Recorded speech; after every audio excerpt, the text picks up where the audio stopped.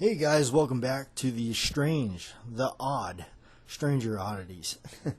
uh, I was thinking around and I was remembering a film that my dad had told me about.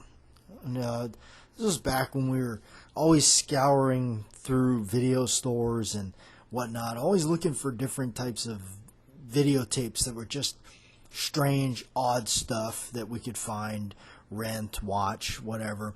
And one of the ones that he mentioned to me was this one called Snuff. And he said, yeah, it was really, it was a really creepy movie back in the day. And they supposedly killed this girl in it and whatnot. So I eventually actually did find a movie. And it is indeed called Snuff. And when you're watching it, the movie had made, and it was made in 1975. The movie makes no sense. It's almost like a bunch of this like weird biker kind of stuff, and it was like a really weird psychedelic almost version of like Easy Rider or something. If I'm remembering it right, it's been a long time since I've watched the film. And in the end, they supposedly kill this girl. Well, I think they put her on this like mattress and they start cutting her up. You can clearly see that it's just a really good visual effects and very good effect of the old hide your leg in the sand and pour a little ketchup on the stump sticking out and just kind of scream. So that's kind of the way they did it. Only they just kind of buried her limbs into the mattress and then just kind of put something else like a rubber limb in its place. So. But they kind of got me thinking about like obscure kind of horror flicks that kind of were floating around that maybe not everybody knows about or remember or maybe vaguely remember, because you always got the classics. You got the Nightmare on Elm Street. You got the Texas Chainsaw Massacre. Jason and Michael Myers, the whole bit. You always get, they always steal the spotlight, and I think but they're as great as those movies are. I always remember there's a lot of strange, odd ones out there that really deserve a lot more attention. And there's a lot of companies that are still trying to dig them up and get them on the new discs and DVD and Blu-ray and things like that, trying to get them out there. So I went ahead and kind of went through a little bit. Now, these are not all of them. I've got quite a collection of really obscure stuff and good, just what I think is good stuff and whatnot. So I kind of went through and I kind of thought about some of them that may have been forgotten. Now, an honorable mention as to, like, for me, I love A Nightmare on Elm Street. Freddy Krueger is, everybody's got their favorite slasher villain, and mine is Freddy. Always will be. Freddy Krueger, Robert Englund, Wes Craven brought all that to life. And that whole series, I like the whole, I like the series. Part 1 through 6, I think, is my favorites. You got Freddy's Dead is the 6th one. Now, I know some people are going, my God, they made that many of them. They actually made more than that. But I'm kind of the old school guy. I like, my favorites are always going to be, the first kind of few. And 1 through 6 is, if I had to choose the set, to keep and remember and watch all the time, it's got to be 1 through 6. There's something special about it. But there's something that a lot of people forgot, and it never actually did end up coming on DVD or anything like that. There's very few of them that exist. There's some bootleg stuff out there. In fact, the one I have is a bootleg. It's called Freddy's Nightmares. It's a weird little TV show spin-off that they were doing sometime between, I think, part 4 and part 5 or something. They were doing this weird spin-off thing where Freddy Krueger was going to kind of take on the persona of, the Crypt Keeper, like in Tales from the Crypt or whatnot. And he was going to be, he's kind of here and there, he kind of bounced around. But it had some really good clips. They had some good shows in it. Very interesting to watch. I think it's a really unique and neat collection. They're very hard to find. It's like I said, I bought the ones that I own are actual bootlegged ones because I don't think legitimate copies of the series actually exist, at least completed. It took me a long time to just try to find it. I don't even remember where I got my bootleg copy, to tell you the truth. I've had it for years now. So I don't, but it is one of those that it's out there. It's Freddy's Nightmares. It's pretty neat. If you love the Nightmare on Elm Street series, it's kind of a weird spin-off kind of thing that they were doing. So that definitely is worth mentioning as far as like oddball stuff. We won't go into too much detail on some of these. That I'm just kind of throwing out some random titles out there that are definitely, and like I said, they're kind of obscure. They're weird.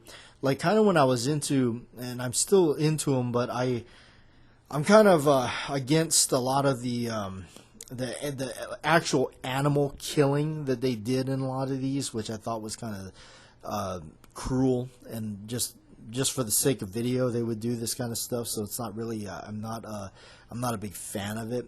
But a lot of the Italian horror flicks that was coming around. You have like Ruggero Deodato did Cannibal Holocaust, which is an infamous film. It really, it's an obscure film, but yet it carries a lot of controversy with it. It is a good movie, but when I mean by animal killing, I mean this is like straight just killing these animals just for the sake of videoing it and just being gross. That I don't really like. I don't appreciate it.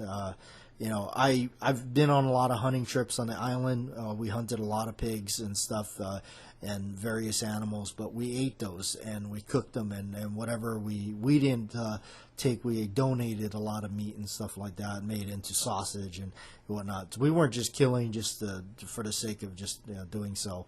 But that's the way I feel with some of these. But that's why I don't really I don't really collect the cannibal films, the Italian cannibal films, like Cannibal Holocaust, Cannibal Ferox or Ferox or whatever it's called, Eaten Alive. There's a whole bunch of them. Jungle Holocaust is another one. Those are all those weird Italian kind of. They were on this like cannibal like kick. I don't know what was going on, but over the years I had a lot of them on the DVD. I was kind of searching them down, just trying to, I remember when I was working at a Borders, and that's when I first saw the Cannibal Holocaust. It came in under it was like a special edition. I met this gentleman that was telling me about it. He says, "Oh yeah," and he was really into the horror, the Italian horror. And he was telling me about it, and he's like, "Yeah, if you've never seen this is really outrageous and all that." He goes, "There's one left on the shelf if you want to grab it." So I actually did. I went over to the shelf. I grabbed it, held it in my hand. I was at the registers looking at it. And this guy comes up. He's like, "Oh my gosh!" He goes, "I thought that thing was illegal to own in the United States." He's like, do we have another one or whatnot? I said, "I'm buying this one." So anyway, I bought it. I had it. I think I sold it some time ago, but. It's of course now they're readily available. You can go on eBay or probably Amazon and get them. In fact, I'm sure positive on that. But anyway, those are kind of weird ones that are kind of these cannibal kind of films. Like I said, I don't want to be biased, but because I'm not a big fan of the animal cruelty in it, I definitely think that they're minus that, it's kind of they're weird films. They really are. They're bizarre. They're gory. They're kind of just gross out films. So, but on the Italian stuff, there's other ones that are really, really different, unique, obscure. Lucio Fulci did a lot of them. Of course, he's got his infamous one, Zombie, which is their take on. They did a lot of zombie stuff. A lot of Italian horror flicks did zombies takes and stuff. But there's one that's called the New York Ripper that Lucio Fulci directed. New York Ripper is definitely like, wow, that one's just like graphic, really graphic. I mean, taking things like beyond like just the whole with switchblades and razor blades and all this stuff that they were doing in that one. So that's another one that's kind of not as talked about as say like where Fulci was mostly known for like The Beyond, House by the Cemetery, and of course the zombie one. But if you really want to see like his full on like crazy gore stuff, get The Beyond. Watch The Beyond. That's a zombie movie. It's definitely over the top, totally gruesome, but at the same time, 80s cheese. You gotta love it. You gotta love the cheesy effects in it. This is long, way before any of the computer generated stuff. This is like old school Tom Savini loaded up with a bunch of blood and whatever's on a craft service table and blow it up and let it rip.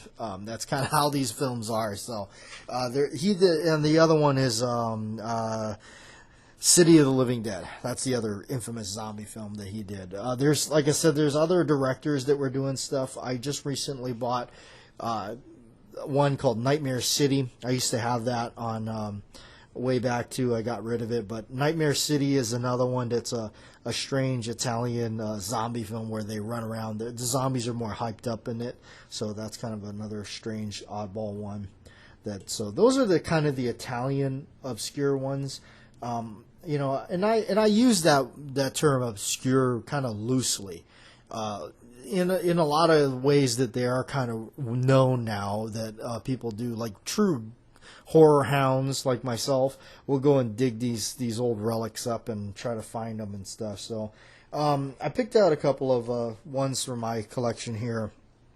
One I recently bought because it got re-released is called Body Parts with starring Jeff Fahey.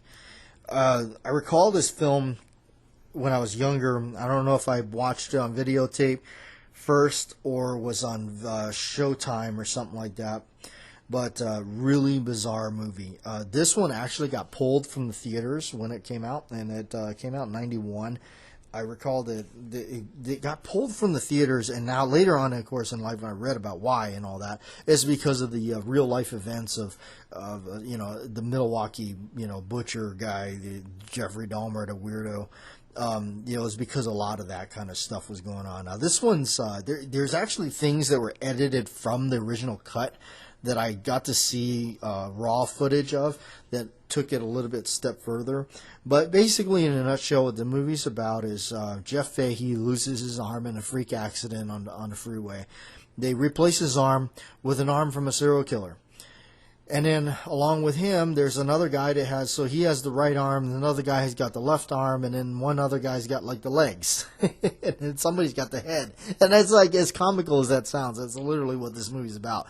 Well, the limbs and everything, and all this stuff, they're inhabiting the serial killer's traits, and so Jeff Fahey can't control things that his right arm does, and all this strange stuff. Meanwhile, the guy that I believe the guy's head that's transplanted on somebody else is what I'm understanding throughout the movie. Now this guy's going around trying to rip everybody's limbs off, trying to collect himself back again to like reinstall all of his body parts back onto him.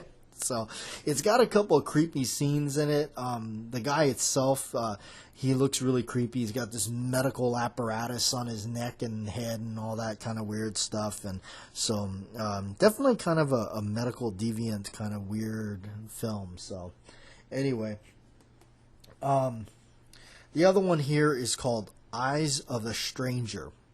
Eyes of a Stranger, I got really intrigued by it is because once I heard that Tom Savini did the makeup effects for it. As a big fan of Savini's work, Savini's the reason why I kind of chased special effects makeup and wanted to further go to school about it and all that kind of stuff. I was always fascinated with it. Tom Savini's who is responsible for that. I heard he did the effects for this. It stars Jennifer Jason Leigh, and this is probably of course, this is kind of back before she was really anybody. It was kind of introducing Jennifer Jason Leigh in it.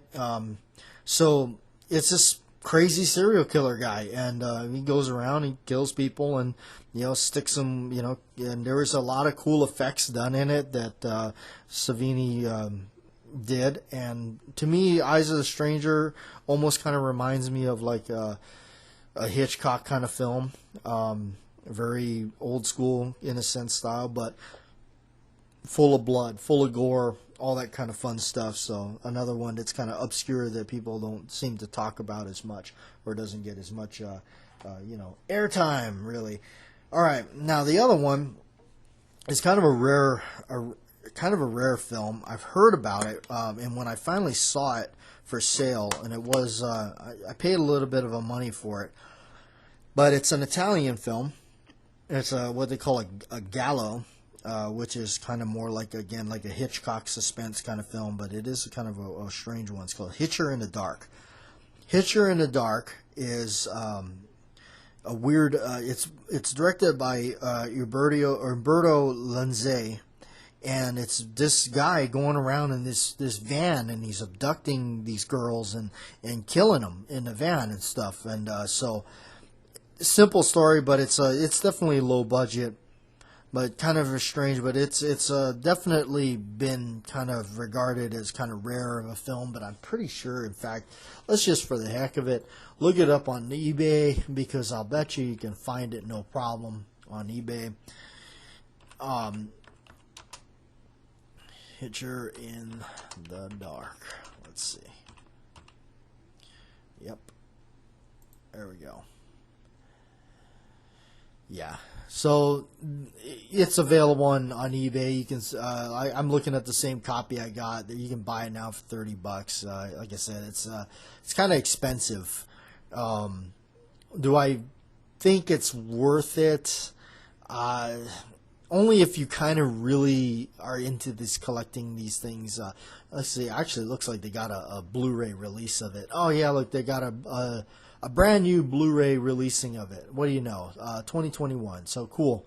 They actually re-released it on Blu-ray. $26.99. Buy it now. So not bad.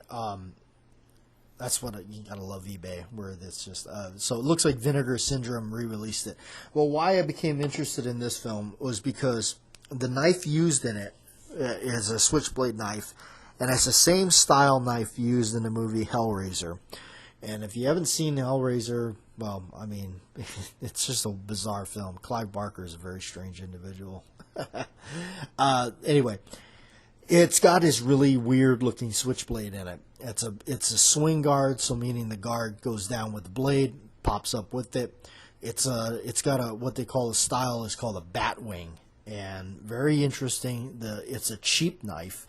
It's the whole knife is also, it's a flat grind blade with it's got that more of a triangle look to it. It doesn't have that what they call like a bayonet blade or something like that. It's not a dagger blade. It's just different. I think it looks a lot better. It photographs better. And it's got fake like stag panels on it for the handle on it, and they're just basically plastic with some bumps on it that they painted brown. So the knife is really strange. I heard it's called like a Spanish Toledo, something rather. There are not very many of them. It's very hard to find, but it shows up in Hellraiser and Hitcher in the Dark. So always kind of wanted to see it. Always wanted to check it out. So when I actually saw the movie for sale, I went ahead and bought it and watched it. It's nothing to write home about, but it's definitely got some strange mystique about it and everything. And that's what I like about these companies that are re-releasing a lot of these old obscure movies and bringing them kind of to light. Vinegar Syndrome has done that with a lot of them. The other one that's kind of weird, it's off the walls, is Psycho Cop. Psycho Cop with starring Bobby Ray Schaefer. He did 2 of those movies. There's 2 of them. They're pretty ridiculous. Very terrible acting, but at the same time entertaining. He's got a guy stumbling around in the forest, and he comes up, he goes, "Looking for a cop?" And the guy goes, "It can't be." And he's like, "And it is." And he puts an axe in his head, and it's just, if you like these kind of weird, it's just screwball kind of films, they were just throwing out there like crazy. It definitely, and a lot of this stuff did carry on into the 90s as well. Like Evil Ed is a almost like a homage to all those old 80s films that were coming up. It's just completely bonkers, nuts, blood and guts everywhere. just obscene kind of stuff is, Evil Ed. And I remember watching that on videotape. I recall that one being very intriguing on videotape days, the VHS days, because the cover was literally an axe splitting this guy's head in two pieces, and it was like cartoony. It was like, it reminded me of Garbage Pail Kids. It reminded me of collecting all those Garbage Pail Kids cards and stuff like that, all those gross little images. So the image was like kind of like that. So, but yeah, that's Evil Ed for you. And of course, you had like another one is Dr. Giggles, that was like 92, 91, with Larry Drake playing the crazy doctor that laughs all the time. And I mean, that movie's got to be. That was definitely made as a comedy / horror, because, like I said, I mean, everything in that is like just silly. Before I leave you guys with the end of this one that we're talking about, there's actually, speaking of Larry Drake, there is one that I want to talk about that he did. It's more of a newer film, and when I mean newer, for me, I'm talking within the last 20 years. I think this came out like 2000, 2001, something like that. Larry Drake, he did this movie called Dark Asylum. Dark Asylum is, he's a serial killer, nut job guy. He's just like an ogre of a guy. He's roaming around this like asylum place that they get trapped in overnight or something like that. He's just offing people left and right and doing weird stuff and stuff like that. So if you like Larry Drake and you like him as a villainish, imposing, monstrous machine just going after people, it's definitely a weird little obscure film that I actually rather enjoyed. This is a lot of these things that we rented randomly on videotape and whatnot, just kind of randomly rented them, and it's like, oh, this might be good.